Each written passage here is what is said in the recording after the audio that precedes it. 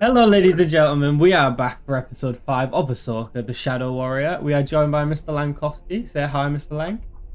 Hi there. If my audio is a bit poo, then I am currently on my laptop, so blame HP for making shit fucking microphones. Yeah, he joins us again on the travels, but this time not in Yes. audio form, in ham radio form, I guess it is. I am I am in the void. That's where I am. I'm in the void. He's in the world between worlds. He's That's in it. transition. Yeah, we're gonna Well, well, we're gonna run through episode 5 of Ahsoka, the Shadow Warrior. Do check out the other videos if you're new around here. The last episode was actually one of the highest rated Star Wars shows ever. So this one had a lot to live up to, and we will get into that. yeah, me and Lou have barely talked about this, but the one thing that we have talked about, we highly disagree on this episode. We do. So we'll talk about that probably during or afterwards. Only a Sith deals an absolute. So do you want me to kick off, or are you going to kick off the run through of the I'll play-by-play? kick off. Yeah, I'll kick off. So it's part 5, and the name of the episode is The Shadow Warrior. It opens, as pretty much most of them have done, over the henge where they were working out the calculations for the galaxy jump. And then as it slowly pans across the henge, it reveals the shattered Apple of Eden laying on the floor at the bottom of the pedestal where they had it. And then it quickly cuts to Hera and the Phoenix Squadron arriving on the planet. And Hera comes out of the ghost, is it? The ship name? Yeah, she comes out of the ghost with Jason! And yeah, she's looking around the henge for any signs of anyone at all, and she hears a noise coming from over the edge of the cliff. So I thought it was going to be Ahsoka, obviously, straight away. We're just hanging out. Yeah, I just found it a bit weird. And then a bit of a surprise. Pyongyang. Hu Yang was stood at the edge of a cliff holding Sabine's Mandalorian helmet. I did not expect that, and it was a bit moving. And then that is like the opening sequence, and then it cuts to the Ahsoka title screen. I like the little. They never should have split up. He's like, even in his sorrow and his hour of need, he's still like, I was right. I told them. They didn't listen. Sounds like me, to be quite honest. No one ever listens to me, and I'm always right. Did you notice that Pyongyang or Hu Yang, or however you want to say it, is now in the opening title sequence where they flash between the droids and the helmet? No, I don't watch it. I skip that shit. Oh, I love that bit. Best part. Ain't nobody got time for that. So yeah, we have that. You get the title sequence, and then we flash back to the world between worlds where we left off the last episode, and we see Anakin, and we see Ahsoka, and they have a nice little like back and forth of jib. Anakin says she looks quite old. She does look old, but that's beside the point. Coming from the 40-year-old apprentice. Yeah. We'll get into that. We will very much get into that. Yeah, she's like, "Why are you here?" and all that stuff. They reminisce. They have a little catch up, and then he says he has one last lesson to teach her, and she's like, "What's that?" And he's like, "To live or to die." And then he ignites his lightsaber, and it's a blue lightsaber. Just in case anyone's wondering. He looks so much better in this sequence though than he did in the last one. I have got that written down. CGI is so much better, but then like we'll get maybe touch on this a bit later on. The CGI in this fight sequence, it looks exactly like Anakin from Revenge of Sith. Does it? Whereas generally, yeah. Whereas later on in the show, when it shows him, it is, I don't know where. Well, it's the same Anakin, but it's obviously not CGI'd anymore. Yeah, Yeah, it's not de-aged, and it just looks. Go on. I was just gonna say, I don't know if it's the mist and the camera angles and stuff that they play with that gives it, but like there's sequences in here where it looks nigh on like impossible to tell the difference between Revenge of the Sith and this. Like it looks perfect. Yeah. It looks like you've gone back 20 years. The thing is with the ones that look good are more probably the harder shots to light, because when there's a part of a scene where with the sabers and they're having a fight, and the Anakin's blue lightsaber's right up against his face, and it's casting that blue hue on his face, and that looks spot on. It looks bang on Revenge of the Sith Anakin, and then later on he's just stood there talking in a normal like we are now, and there's no de-aging on that, which I don't understand. For me, it's the one scene where he gets knocked back and you see the hair flick, and he pops the little smile, the little grin, and that's like straight out of Revenge of the Sith. Yeah, absolutely. I think that entire sequence where the fighting looks great. But anyway, yeah, he says he has one more lesson: live or to die. Super Vader / Anakin, like it's just him or a D. And then we get the first reference of several, once again, because Dave Filoni can't help himself, where she says, I will not fight you. You want to run through the reference, Mr. Lank? I don't know what reference that is. Oh, so basically Ahsoka says, I will not fight you, and that is obviously a flashback to Luke Skywalker, when he goes, I will not fight you, father. When oh, okay. Where Anakin fights Luke on the second Death Star, the one that Rey finds. Why did you have to spoil it? I'm gonna fucking end the call. But yeah, because then he follows up with, heard that one before. Just he breaks the fourth wall, and it's a callback, and Disney Star Wars. There is finally peace and balance, and it's all good. You could have ended the episode there, and I would have been happy. Yeah, but then we leave the World Between Worlds, and Hera and Jason are on the what's it called? The Henge once again. This Henge is a big place because everyone just chilled. Yeah, it's everywhere. It's in every shot. Anyway, Jason stood on the edge of a henge, and Hera and Carson, is it the pilot? Carson Taylor, yeah.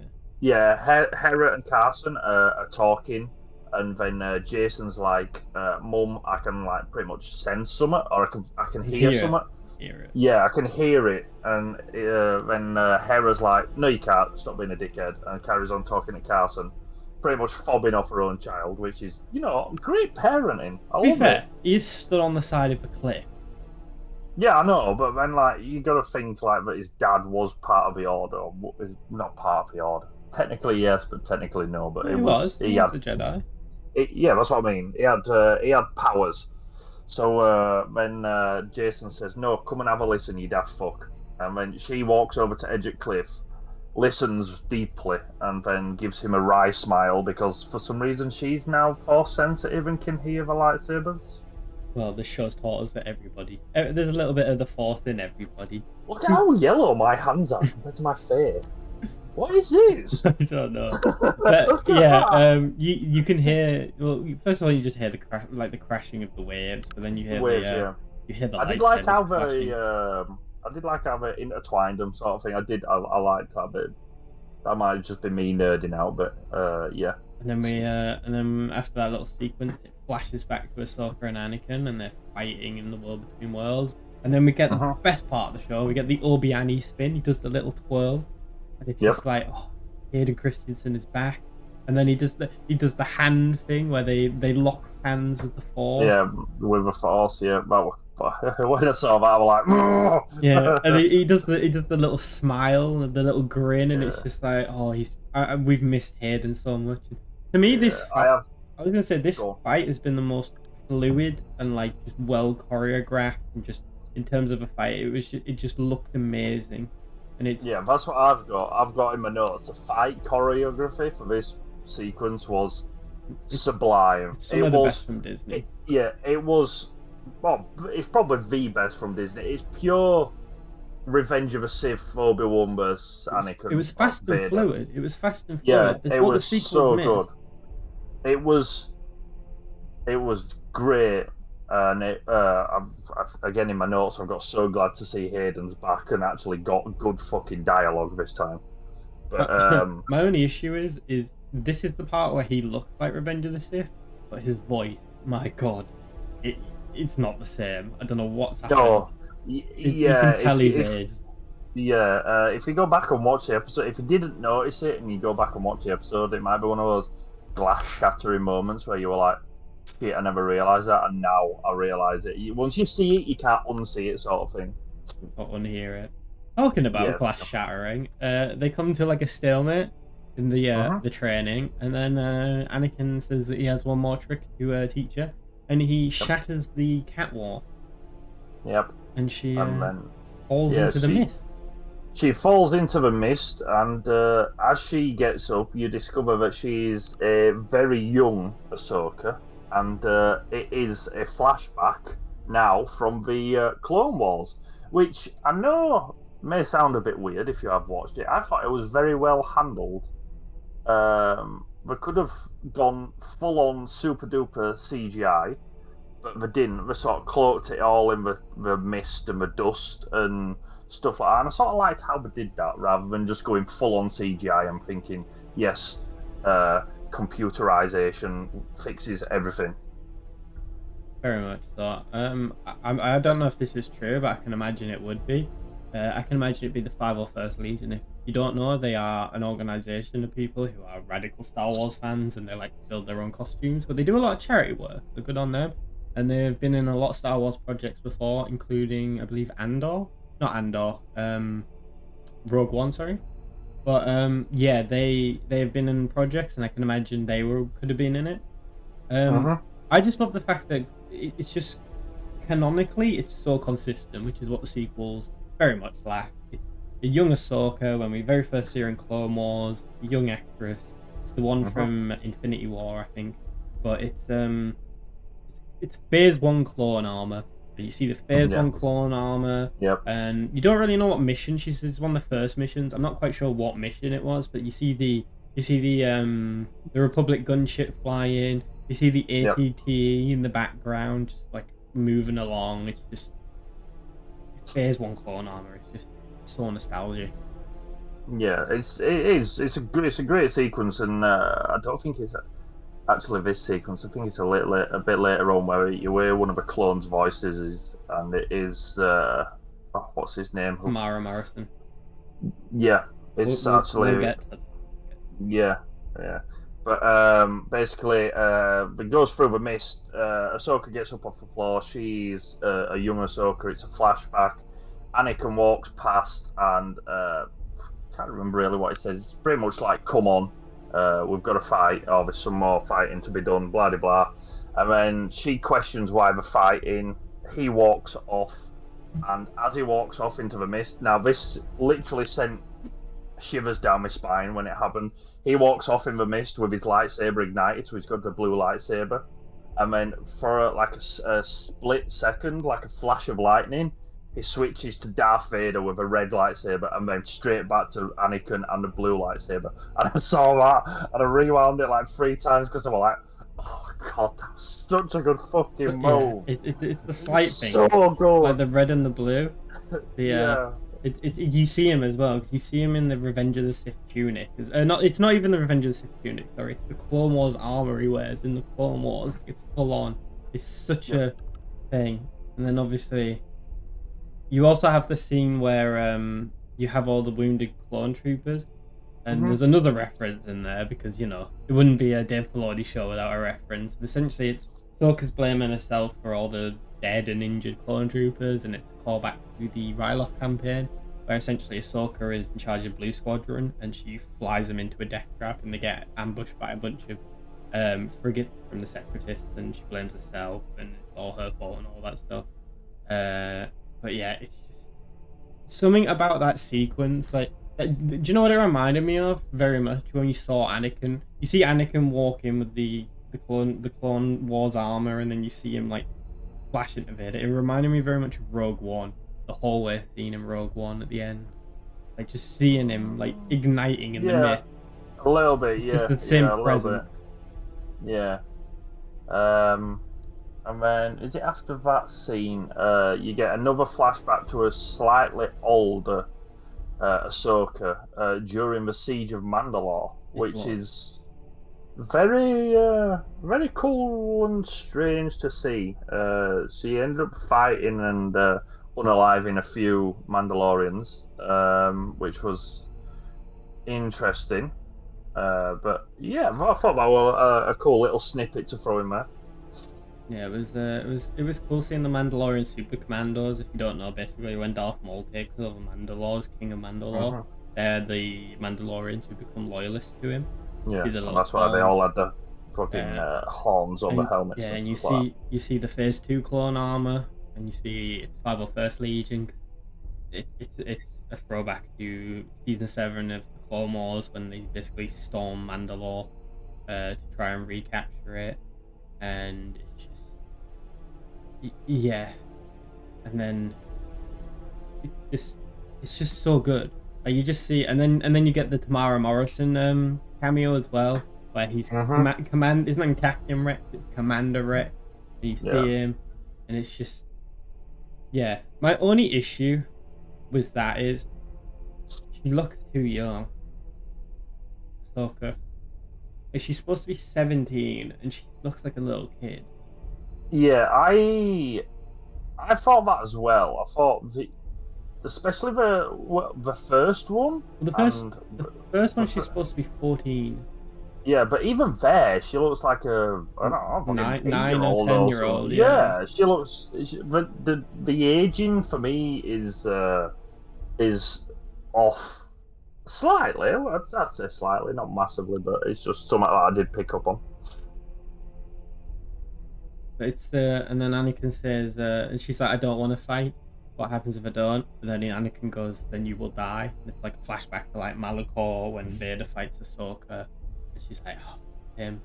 It's just, it's all good. It's all good. And then we have a momentary break from it because can't have too much of a good thing. And it flashes back to the Ghost and Hera, and they're searching for. Well, they don't really know what they're searching for. They just know they ain't got a clue what they're searching for. They're just driving around. That's it, aimlessly. Yeah. So they're flying over. They've wasted all their fuel pretty much. They haven't found anything. Yep. So they take the logical step of saying, "Get closer to the board." Yeah, it's Jason pretty much says you need. Oh no, Jason says that Chopper thinks he's found. Is it Chopper? Sorry? Yeah, Chopper's found something. Yeah, I think Chopper's found something, but you need to get really close to the water. So 20 minutes ago, she didn't want to listen to a kid and fobbed him off, and now she's willing to risk her life for her kid. It's weird how things happen in Star Wars. But anywho, that happens.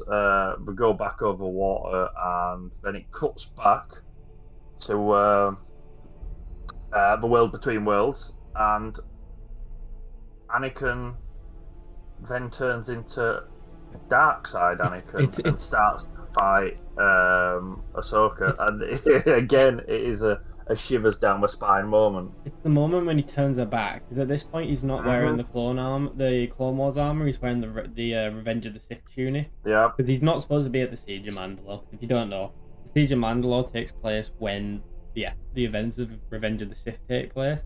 About the point where Anakin has killed Dooku and has but anyway, he does reference that, doesn't he? As he's walking through the flashback himself, he goes, "I don't remember this battle." And she's like, "Yeah, you weren't here. You were off murdering some Sith lords." Yeah, you were off slaying children. Jedi Council members, but and then it's like the camera is on them, but he has his back to her. Again, another reference I feel to Revenge of Sith, where it begins a fight with Obi-Wan. The absolute. Only a Sith feels an absolute, and then he delivers the absolute. You will live, or you will die, because she has not learned her lesson. And then he draws the lightsaber, and it's fucking crimson, and you're just like the crimson red. It's just, this is what I mean. How do you not like this episode? that's another thing. He turns around and he's got the Sith eyes as well, Yeah. and that's sort of when Ahsoka goes. She turns around and she's like, Anakin? Yeah. And then Yeah. is it Anakin or is it Vader? He ceased to be Vader. He ceased to be Anakin Skywalker. Yeah, it seems to be Anakin. But yeah, they have Another fight. a battle. Yeah, they have a battle as we'll just say Vader. Pre-suit. Prime Vader. Prime Vader. Yeah. And she basically bests him. I don't know. He kicks her through the mist. I wouldn't say she bests. Kicks her through the mist. It's when they lock thing and then he kicks her because she hasn't learned her lesson. And she falls back into the world between worlds. And he walks out, and it's like Operation Nightfall when he storms the Jedi temple and he walks out of the mist with the red eyes, and the yellow eyes, and the crimson red lightsaber, and the flashing Vader. And when they're fighting on that platform, that's when Ahsoka gets the best of him and disarms him. And basically has his lightsaber in her hand right up against his face, and then she pushes it closer. Disignites it. She puts it down. But did you see right before she does that, as she's pushing it closer to his like neck, throat, her eyes like flash yellow from yes. Yeah, I saw that, and I'm like, oh my god, this is what needed to happen in the sequels. Temptation. Just needed a role reverse. Yeah, she gives in to the dark side just for that split second, and for a momentary second. The crimson red lightsaber like ignites the yellowness in her eyes, and it's just when she disengages the lightsaber. I still don't feel like that's right. It's not. And then pretty much throws it away, and then a somewhat reference I felt. I Choose to Live, which I thought was very Luke Skywalker after he chopped his dad's hand off. Yeah, you lose your highness. Yeah, you lose your highness. And I was like, oh, that's pretty cool.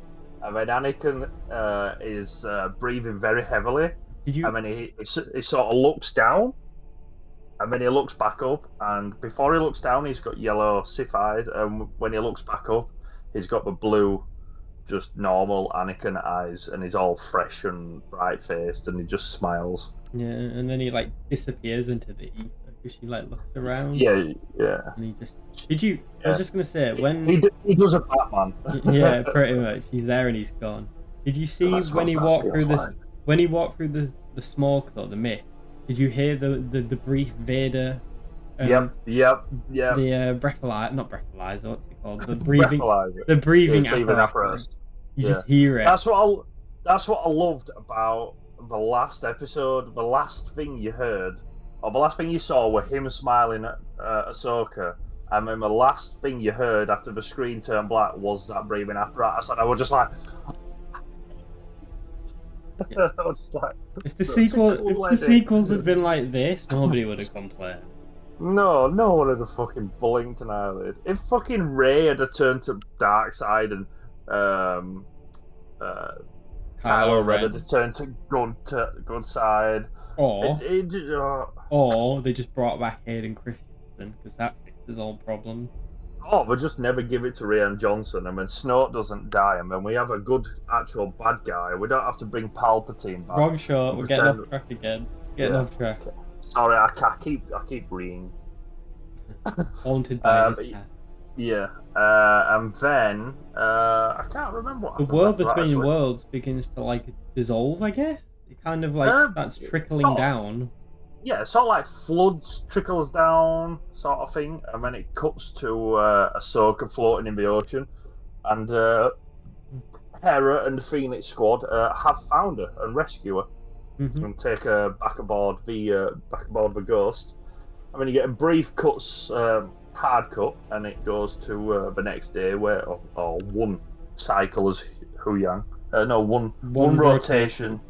As Huyang says, and she wakes up. That she does, and they're trying to figure out where Sabine is because they thought she'd know, she thought they'd know. Nobody knows what's happened to Sabine, and then they go back to the Henge. Lank's favourite word. Again, it's not even my favourite word. It's just where they always are. Why? Why can't? It's a big, beautiful red forest. Can't we go for a walk in it? Then they find the apple of Eden, but it looks more like Terry's chocolate orange and like cut in half. And then bravo. and then yeah, she uses her force powers to like basically catch everybody up on like what happened to Sabine. And they figure out she that says, what does she say? She says she thinks Sabine might have left an imprint on it. yeah, and Sabine basically they figure out that she's gone with Shin Hati, Balin Skull, and Morgan. That's summer. I got it right at the end of my notes here. That's why it's a shit episode. Shit episode. No Shin Hati. What is life? Great. That is the only bad side. I've had 52 minutes of none of her. If we get Hayden Christensen and Shin Hati together, then I don't know what's going to be happening. Explosions everywhere. Yeah. Where did we get to? We went off on a tangent. And then basically, they get told that the New Republic fleet is finally coming to help. Better late than ever. Yeah. But we're not really coming to help, but coming to court-martial them pretty much. Pretty much. I was looking for that word, court-martial Hera and Ahsoka, because they have no evidence that Thrawn's coming. They have no evidence of any bad guys. Even though they do. And even though they do, and so the New Republic fleet are coming to court-martial Hera and Ahsoka. This annoyed me so much. It's like you've got no evidence. It's like they built a massive hyperdrive ring thing jump through space, and there is two like Sith in quotation marks. If that's not a big threat, then I don't know what is. Yeah, but it's also like the Jedi see that the future is clouded, but don't know why, and proceed without caution. The Sith have not returned. We would know about it. Exactly, and look, the Sith Lord is right in front of us, so we shall only send 4 Jedi instead of all the Jedi. To be fair, they do beat him. Well, they do beat him, and then Anakin... I hope we get a Mace Windu spin-off. I'd fucking come in my pants. Anyway. Where do we go to? Where do we? Ahsoka reads the apple. The New Republic say they're going to turn up and court-martial Ahsoka and Hera, and then Hera turns around and says, "I'll sort this." Goes back to the ship, and Ahsoka is left out in the henge, pondering how to find a way to get to Sabine and the bad guys. And she looks up as coincidentally the clouds part, and we get another look at the sea whales, or not to trigger anyone, the purgles. Looks out to the horizon is yours. Yes, she don't. She looks up and the clouds part. Yeah, you see the magical space whales are flying around, just chilling. Yeah, because we forgot about them for like Where were they when they went into hyperspace in the last episode? Like just conveniently on the other side of the planet. Yeah, they might have been having the tea. Yeah, there were a match on that day. Yeah. Yes. So basically, Ahsoka looks up, sees the purgles, runs back into the ship as Hera gets advance warning of the court-martialing, and she says, "I know how to follow or find track Sabine. down I know how to get to Sabine." Yeah, that's it. Yeah, which is again, it's Disney Star Wars. It's all coincidental how it falls together. And then we get, in my opinion, the worst part of the episode. Basically, the New Republic fleet arrive and Hera and Ahsoka are like stall them, and then Captain Teva just stalls them. Yeah, pretty much. He says, "You shall not pass." Yeah, like Gandalf. It goes full Gandalf. I mean, it's a bit weird how he does it. You got permission? We are higher ranked than you. Do you have permission? Yeah. It's a bit strange. He calls their bluff, and they fall for it for some reason. I don't know. But yes, so that's happening up in space as the New Republic fleet arrives, and during this time, what's his name? Pilot Carson. Carson Taylor. Yeah, Carson. Yeah, I had a brain fart for a minute. He's stalling them. Carson tells them what's going on, but they says that they won't like it. And basically, what is going on down on the planet is Ahsoka has flown up to the Purgles and found the big one because that means he's the leader. And I'm assuming taught to it through the Force or somewhat depicted what she wants to know or somewhat along those lines, depicted what she needs help with, and then the Purgle just opens its mouth, and Hu Yang and Ahsoka fly into the Purgle's mouth because that's a Yeah. And then they get eaten, and then the credits roll, and they're dead, and it's the end. Yeah, there's always a bigger fish. Yeah, but what a reference! There's always a bigger fish. Yeah, that happens. They fly into the Purgle's mouth.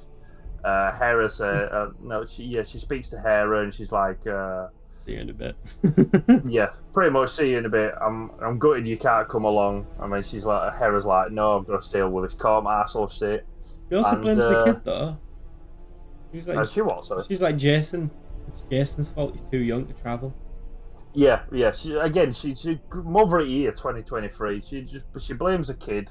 It's his fault. She don't know he's force sensitive, even though he's clearly force sensitive. Even though she were listening to the waves for the lightsaber. Fuck knows. And then basically, what we got here? Yes, Purgles fire light speed out their ass and credits roll. Yeah, they jump off into space. Credits roll. That's the end. Good story. The space comes out their bottom. Yeah. Okay. This Lewbcon's gone robotic once again.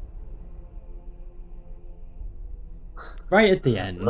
Right at the end. We nearly got through it. Is it raining? Probably. Yeah. Sorry, I was just jumping through light space. Light space? Yeah. You're doing the galaxy jump. Exactly. So yes, that's the end of the episode.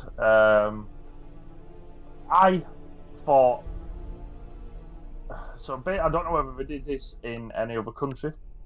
In the UK, they showed it. I'm gonna have to hide my arms of bright yellow. Oh, like a Simpson. Come on. Yeah, basically in the UK, they showed episode 5 in in cinemas, in select cinemas. If I'd have gone to the cinema to see this episode, I would have been infuriated because episode 4 should have been shown in cinemas. This should have been shown on fucking Fox or something, because if you take the Hayden Christensen out of the equation, this episode is trash. Absolute trash and absolute filler. If you take the Hayden Christensen parts out of this episode, it's just filler material. 52 minutes long this episode was, and about. Well, it wasn't. The last 5 minutes of credit. So it's like, and then the first 5 minutes is like flashback, so it's like 40 minutes realistic. Yeah. Very good point. Yeah, but you get what, 15 minutes at most with Hayden Christensen? 20. I'd say 20. Yes, they are skin-tinglingly good minutes, but if you take them out of the equation, this episode's Kieran Dyer. And if you get that, you know what I mean. Lee Boyer. Lee Boyer was fucking god. I'd say the highs were high and the lows were low. I did not. I don't know if it was because the Hayden Christensen parts were so good, but I do get what you mean. Like the parts with like with Hera and Pyongyang and Ahsoka were like outside of that were very much a bit meh, to be honest. Yeah, it literally was. If you, like I said, I keep referring to it. If you take Hayden Christensen and Anakin and Ahsoka and Vader parts out of it, it is definitely an episode 5 filler, 100%. But with them in there, it is the best episode in the series, in my opinion. Not even close. Not even close. For me, Not even close. It comes nowhere near to episode 4. For me, nowhere near. For me, that part, that seeing Hayden Christensen back is good enough anyway. But to see him back, we saw him in Obi-Wan and he was good. We didn't get what we wanted. We didn't get what we wanted. I don't know. I thought Obi-Wan, the fight scene in Obi-Wan. It was good, but for me, seeing Anakin back, not just Vader, seeing full-on Anakin, that was just something that I could have only dreamed of. To see Hayden Christensen back, Revenge of the Sith, we saw him like Attack of the Clones style, Clone Wars style, live action, with Ahsoka, the chemistry, it's just the flash, the cinematography of him flashing between Vader and Anakin, and it's just, yeah, for me it was by far the best, if not the best episode, the second best episode behind episode 4. I'd say definitely these 2 episodes have been the strongest so far, and I think the Vader sequences have been the highlight of the show so far, minus Shin-Hati. Yeah, I can't agree with it. Episode 4 was fucking goat tier. You're just saying that because Shin-Hati was there. That as well, but you had the fight sequences. But you had fight sequences here that were just as good. Yeah, I know. You had the big reveal. You had the big reveal at the ending that left it on a cliffhanger, which is a fucking stupendous thing to do. Episode 4 was by far the best. This, again, you take Hayden Christensen out of it, it's just filler material. But he's there. You keep saying you take him out, but he was there. You don't take him out. Yeah, that's what I mean. He is the highlight. He's a highlight, yeah, but I'm still like, why can't we just have a full episode of this? Why can't the Purgles come in the last 5 minutes and we don't need the court-martialing, we don't need the, oh look, she's been found and woken up. Can't we just, like, Hayden Christensen for 45 minutes and then Purgles for 5 minutes and blast off, here we go. Yeah, my reflection was the fight was a bit short. Like I wish we'd seen more of the fight. Absolutely. We'd seen more of the fight. Yeah, we could have had a full Revenge of a Sith style fight where it kept on cutting away and cutting back and cutting away, and the fight went on for what, 20-30 minutes or something like that. I'd absolutely deal with that sort of stuff. I did enjoy the flashbacks to young Ahsoka and the Clone Wars, that I liked, but again, it wasn't enough to make it a. And we got Tamara Morrison. We finally got Rex, Captain and Commander Rex in live action. It was a very nostalgia. It was a very okay episode. No, it was the highlight. If I'm rating it, it's a 5 out of 10. For me, it's a 9. It's not a 10. It's not a 10, but it's a 9. I think the last episode was an 8.5. The last episode was definitely a 9. I just wish we could have seen more of Anakin with the red lightsaber. Like, that was way too short. Like, and more sequences of him flashing between Vader and Anakin as well would have been cool. Yeah, absolutely. I'd have loved to have seen the like a flashback to the whole her cutting his mask open. Yeah.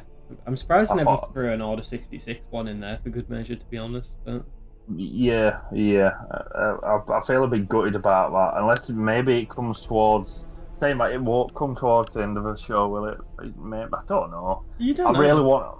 Yeah, I highly doubt it, but it's Disney. I hope this is not the end of Hayden Christensen in this show and in Star Wars. I've got a feeling it. Yeah, I've got a feeling it is. I hope it's not, though, because this was just like... This was giving you a flavour of it, and now I want more. Yeah. I was just gonna say, my one reflection was we didn't get thrawn. We still haven't had thrawn yet, and I was surprised at that. This is what I mean. I am so that we're episode 5. Episode 5, yeah. Yeah. Yeah. So we got what, 6, 7, 8. So we got 3 more. I am really hoping they do what they did with the last episode, and Thrawn turns up for all of 10 seconds, and I would lose my shit, because that is the correct way to do. You set up season 2, because he's obviously going to be a season 2, because they're not going to find Thrawn and then defeat Thrawn. in fucking 2 seconds. Unless Rian Johnson. Unless Rian Johnson's directing it. Yeah, pretty much. Either that or that happens, and then is it Ezra who disappeared with him? Yeah, Ezra Bridger. So either that happens and Thrawn gets defeated in 12 seconds, and then Ezra turns up as the last second cliffhanger sort of thing, somewhat along those lines. I'd prefer to see that's not Ezra. I'd prefer to see Ezra turn up in season 2 and Thrawn finish as a cliffhanger. I think that's the correct way to do it. You can't build up Thrawn's return and then beat him in 10 seconds. That just doesn't work. No, that's what I mean. That's why I think it needs to be a season 2 thing, because there has to be a season 2. My only worry is that they're bringing back in episode 7, beat him in episode 8. That would ruin it for me. That's what I mean. Surely people have looked at this and thought there's definitely going to be 2 seasons. This is how we need to do it. In my mind, it'll be episode 6 is they're going to be basically in the unknown region of space. They might find Ezra, or they might find Ezra at the end of episode 7, and then it's like they go off and try to find Thrawn, and then we find Thrawn at the very end. Yeah. There's plenty of ways for it to play out. I know how I like to have it, but I was just gonna say my final thoughts are: I hope we see more Shin Hati, and it wasn't just like a flash in the pan, and she's just gonna sit like backseat for the rest of the season.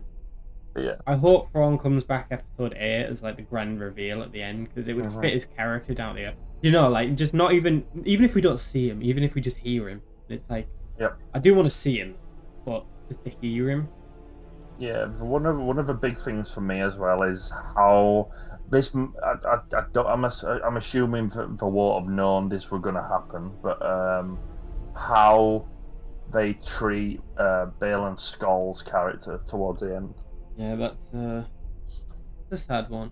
Yeah, that's one of the big things for me. Anyway.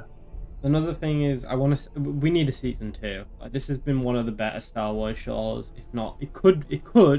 They do it right. Touch wood. It could be better than the Mandalorian. It could be the best show. That's a big if. So far, right now, I still don't think it's better than Obi-Wan.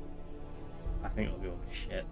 I disagree with that. I think Obi-Wan was shit, but it had the whole thing of. It had one good sequence, and even that was. No, it had multiple good sequences because it kept on having little flashbacks, like where he had PTSD and he was seeing Darth Vader in the desert, and you'd have little flicks of him, and that kept you on tenterhooks. Yes, Princess Leia was a pain in the ass, and she should have been field gold away into fucking space, and the whole Qui-Gon coming back was done in such a shockingly bad way.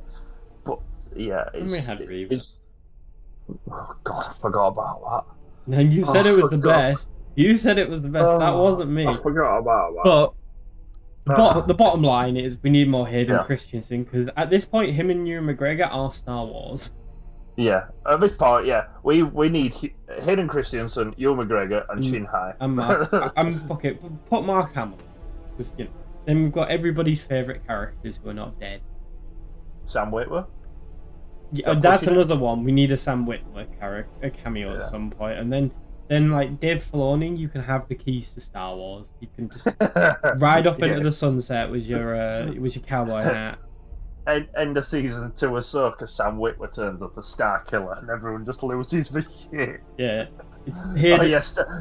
Star Killer defeats fucking Thrawn. I did see something online where Hayden Christensen turns around as Anakin and goes, "There was another.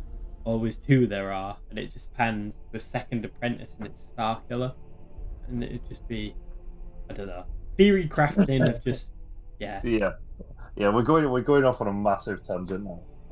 On that bombshell, ladies and gentlemen, that is our roundup and review of episode 5 of Ahsoka. Again, I do apologise for my surroundings. It is live. I'm not always at home, weirdly enough, in front of my computer. I'm at my girlfriend's, sat in front of a laptop now. Weird how things change. But yes, if you did please consider liking and subscribing. My link is in Lou's description. Lou's link is in my description. And any closing thoughts, Lou? Live or die. That was shocking. Bye That bye. bombshell, ladies and gentlemen, please.